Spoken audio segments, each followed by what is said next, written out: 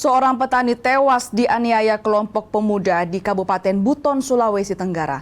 Peristiwa ini terjadi gara-gara motor pelaku ditendang orang tidak dikenal.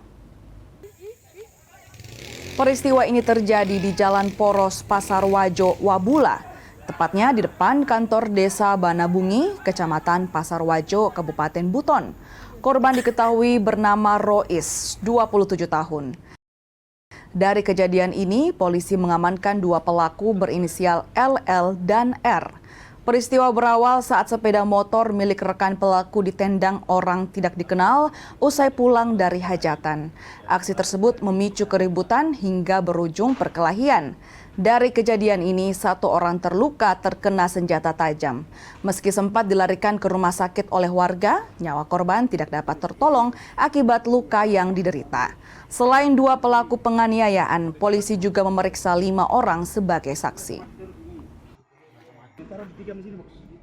Kejadian itu berawal dari keributan di acara joget di Desa Banabungi, di salah satu acara hajatan atau pesta. Dari sana pelaku melihat motor dari temannya ditendang, sehingga saat itu terjadi keributan yang melibatkan banyak orang.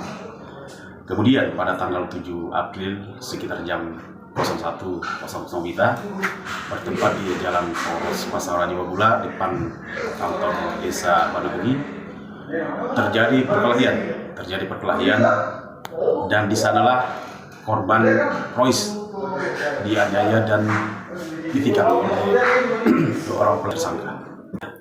Kondisi korban pada saat setelah kejadian, kami mendapat laporan dari masyarakat yang menemukan korban tersungkur di sebuah jalan setapak di samping kantor Desa Banabungi yang mengarah ke laut. Di sana korban ditemukan dalam keadaan tidak sadarkan diri.